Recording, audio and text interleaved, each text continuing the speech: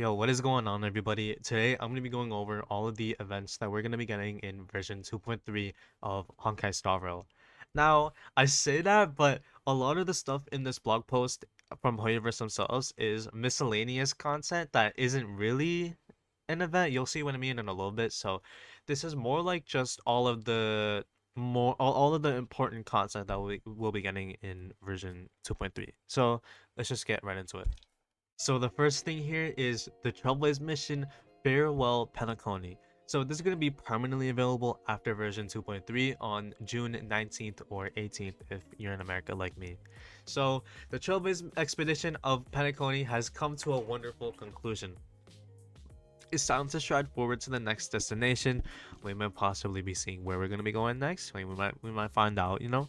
But before moving on, let's bid a formal farewell to the White Knight behind you.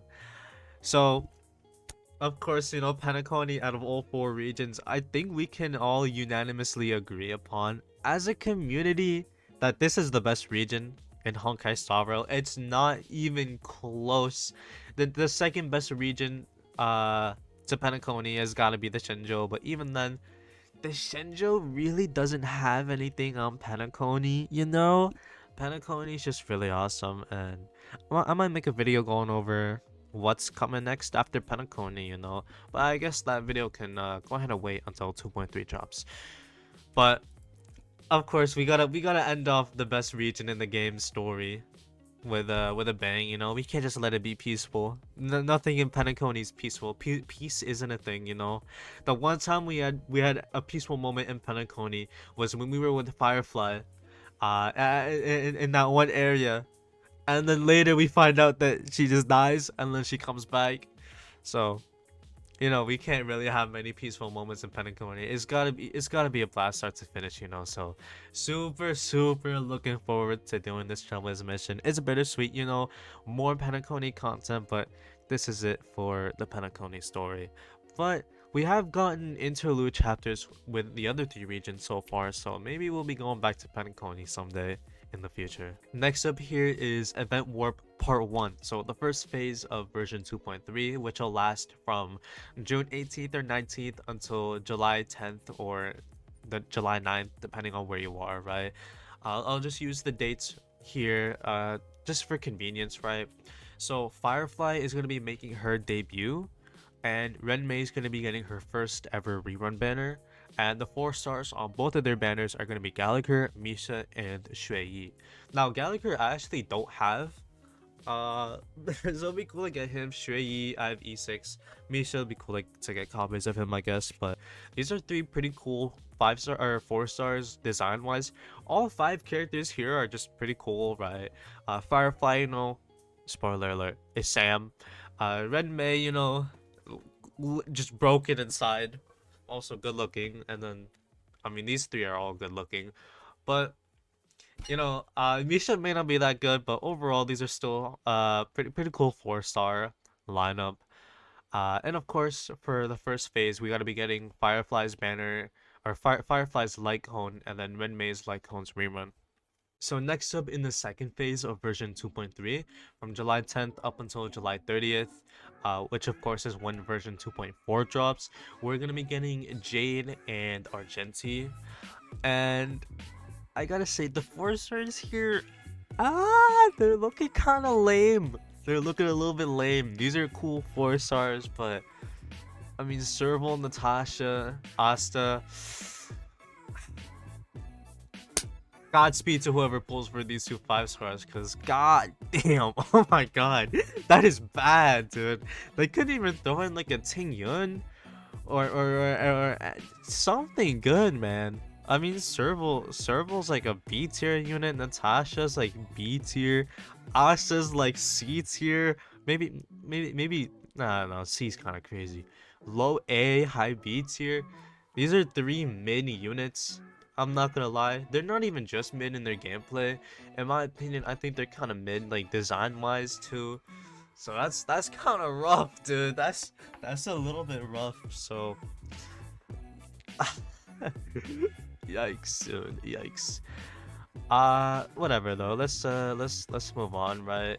In the second half, of version 2.3, we're also going to be getting Shade's Lycone and Argenti's Lycone's rerun, of course, as usual. So next up here is actually a game mode called Divergent Universe. Now, this isn't just a regular game mode. This is actually one of the brand new end game modes that we're going to be getting in version 2.3. One of the two that we're going to be getting. So, this is definitely something to look forward to, but uh despite its name, it's not actually related to, well, it is related to simulated universe, but it's not a part of simulated universe. It's much bigger than that. So if I head into game real quick, we can see that there's simulated where is it? So there's simulated universe, and then within simulated universe there's actually two mini game modes, or not game modes, but two game modes within this game mode. There's Swarm Disaster and Golden Gears. Now, those two fall under simulated universe, but with Divergent Universe, it's actually its own separate thing, different from simulated universe. It is related, lore wise, with Scrollum making it as like a side project or whatever, but simulated universe and Divergent Universe are gonna be two of their own separate game modes, of course. So there's actually gonna be a brand new tab in the oh my god, in the International Peace Guide, there's gonna be a new tab here just for the universe game mode. So simulated universe is gonna be gone from whatever this tab is. It's gonna have its own tab with simulated universe, and then Divergent Universe as its own separate thing. So very clearly, it's gonna be a very big deal. Right now there's gonna be two self-modeling resins, two tracks of destiny, 3,000 stellar jade, two star roll passes, a phone wallpaper, and an avatar. When 2.3 drops. Now, simulated universe resets weekly, but I don't know if Divergent Universe resets weekly, monthly, patchly, updately. I don't know, but we do know that the rewards are either gonna refresh at a certain point, or there's gonna be new awards. Now, they've said this before, right here, the Divergent Universe topic will be regularly updated. So this isn't one of these one-time thing game modes, right? As big as Swarm Disaster and Golden Gears is, there eventually comes a point where you run out of content. I haven't gone there yet. Swarm Disaster came out like almost a year ago. I still haven't 100%ed it yet, not even close. But those two game modes are already big enough, but this one's gonna be regularly updated, which is gonna make an even bigger deal. And certain content within Divergent Universe, the human comedy, will be periodically expanded upon and provide new rewards. So these are already quite a bit of rewards, but this is only going to be the rewards when Divergent Universe comes out. So there's actually going to be even more than this is already a lot. Not one, but two self-modeling resins, two tracks of destiny. That's not a big deal. I have like 20, 3,000 stellar jade, two star roll passes. Isn't that much? A phone wallpaper and an avatar are that's a big deal, especially the phone wallpaper. I don't know how many phone wallpapers we're gonna have in the next few years. Maybe there's gonna be a whole list of them. You have to scroll down or whatever just to look at all of them. And there's actually one missing here, but that came from an irrelevant, so most people don't even have it. But anyways, we don't have that many phone wallpapers. This was the last one we got back in version 2.1, and this was in 2.0, and this one was 1.5, 1.3, 1.0. We don't get phone wallpapers that often, so getting another one is gonna be a really, really big deal. And I mean, I don't know if I'm gonna use it because this is a really sick phone wallpaper, but still, a new phone wallpaper is a new phone wallpaper. It's gonna be nice. Looking forward to it, right? But of course, in order to actually do Divergent Universe, there needs to be a participation requirement. And for Divergent Universe, you have to clear Simulated Universe World 3, any difficulty really. So World 3 is not that hard. Maybe for a beginner, but if you struggle with difficulty 1 of World 3, then you're probably not going to be ready for Divergent Universe. So pretty low requirement. I thought it would have been a little bit more than that.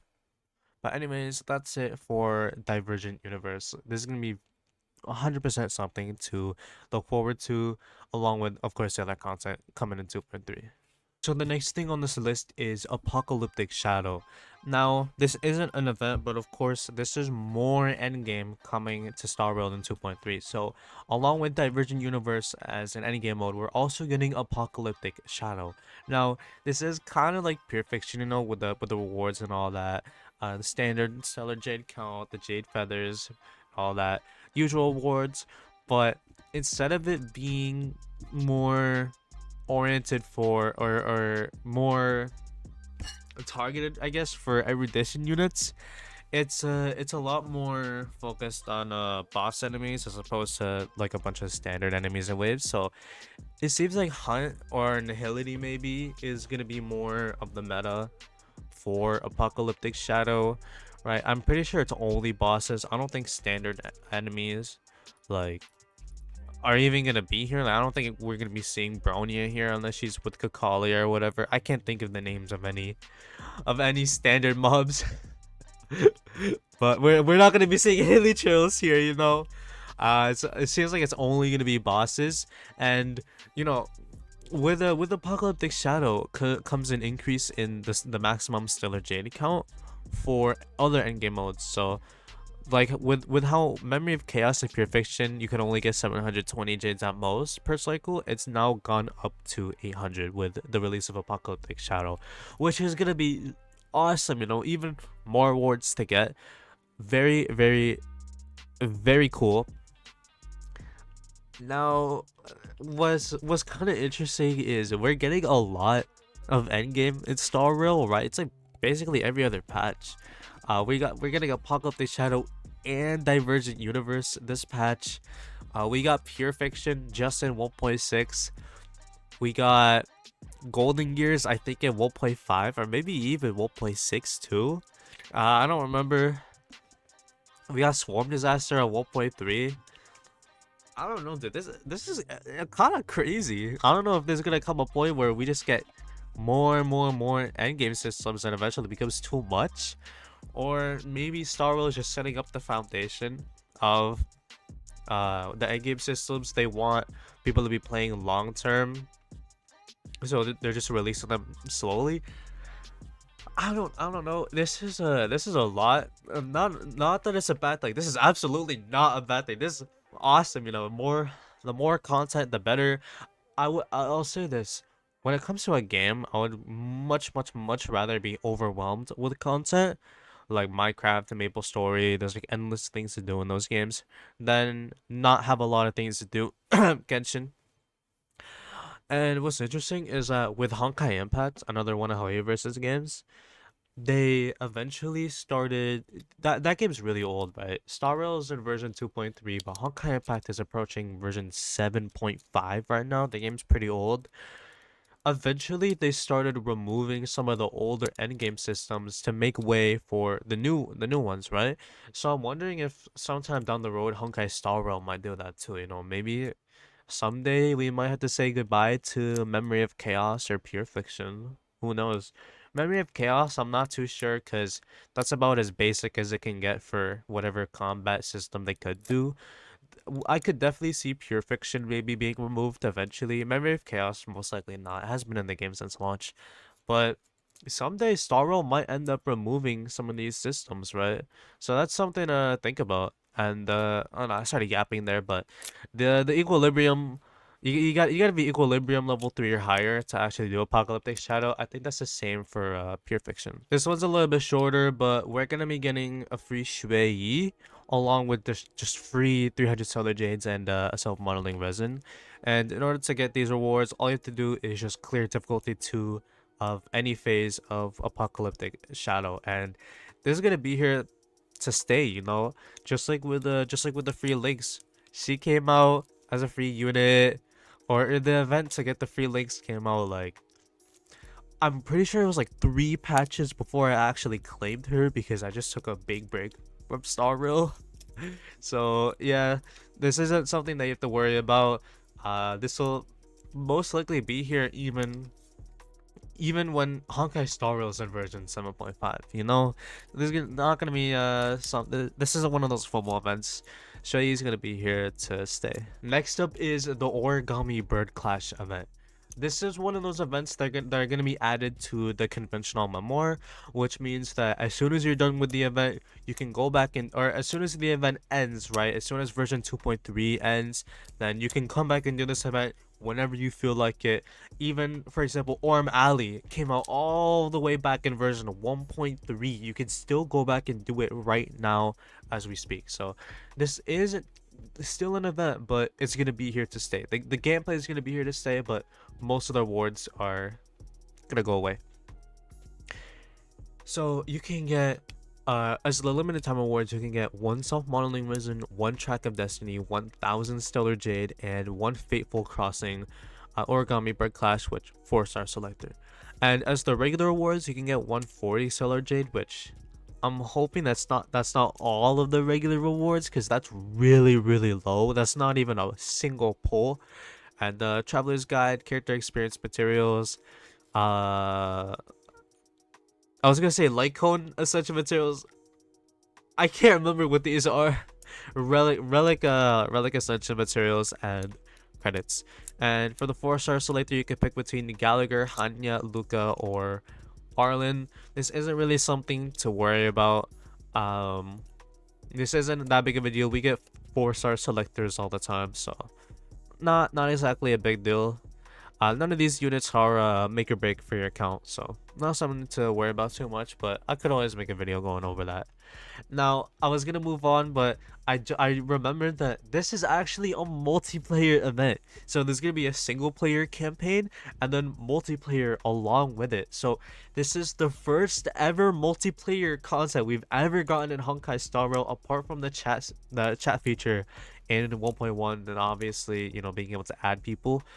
So this is huge, this is huge. Now I can go ahead and play the Origami Bird Clash event. I can technically play a multiplayer event with my friends. This is gonna be super hyped. And because of that, I'm really looking forward to it.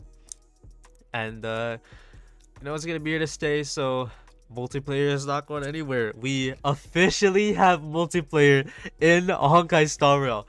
That is so awesome. So really looking forward to this event. I got a little hype there, but I'm looking forward to it. It's gonna be awesome. It's gonna be a good summer for Honkai Star Rail, even though we didn't get a summer event. So next up, we're gonna be getting the Stellar Shimmer event. This is gonna last from the 5th of July up until version 2.4 drops, or the day before, I think. I'm not too sure. Now, this is actually a sequel to another event. Crazy, I know. An event being a sequel to another event, not blowing. But this is a sequel to the Stellar Flare event that we got, I think, last summer. So, it's another event.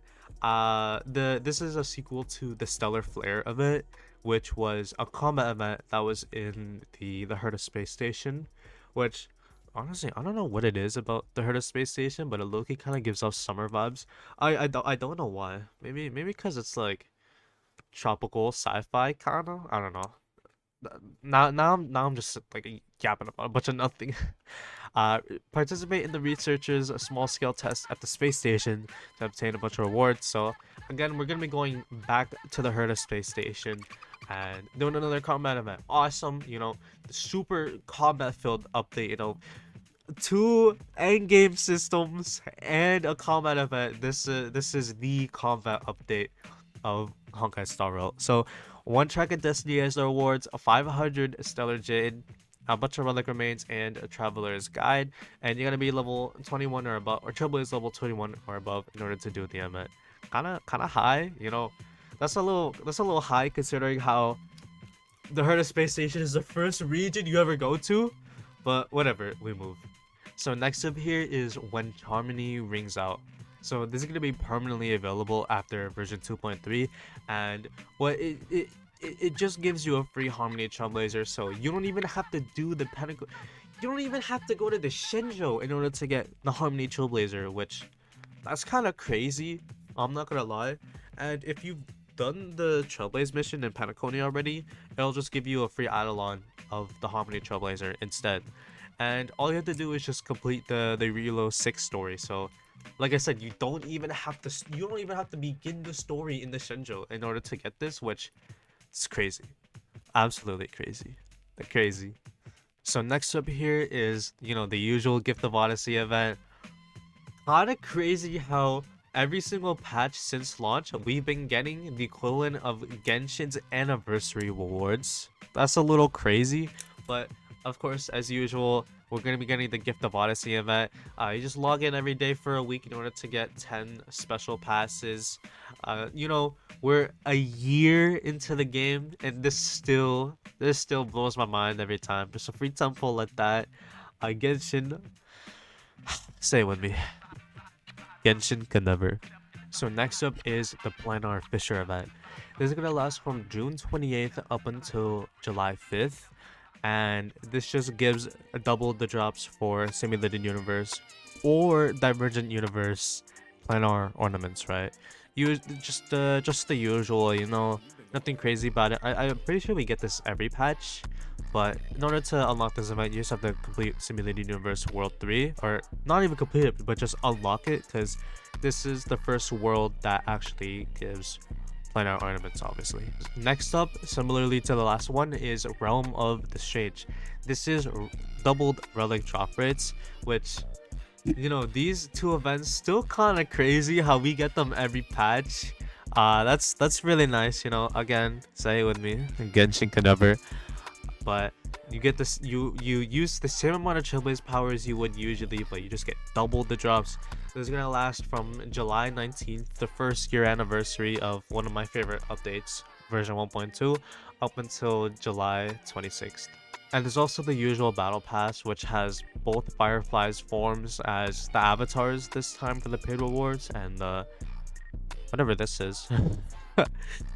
You just spend real life money to get a bunch of stuff. I don't even know why this is here, but that's all of the events coming in version 2.3. I don't know how long this video is, but it felt pretty long. But that's everything, right? I'll probably put a bunch of timestamps, but I'm super looking forward to a lot of the content here, right? Mainly Divergent Universe, Apocalyptic Shadow, and the Origami Bird Clash event, and a little bit of the Stellar Shimmer event. As someone who did the stellar flare event, it's kind of cool seeing an event that I remember from a year ago getting a rerun, or not a rerun, but a sequel. But anyways, that's it. Goodbye.